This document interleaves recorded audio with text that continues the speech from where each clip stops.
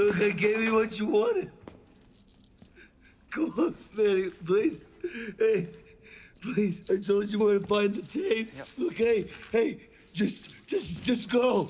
Just go there. Just go to his house and get it, you know? We're on it. Hey, get it! Look, no one else knows about it. Just me and his partner. Okay. No one else knows, I swear!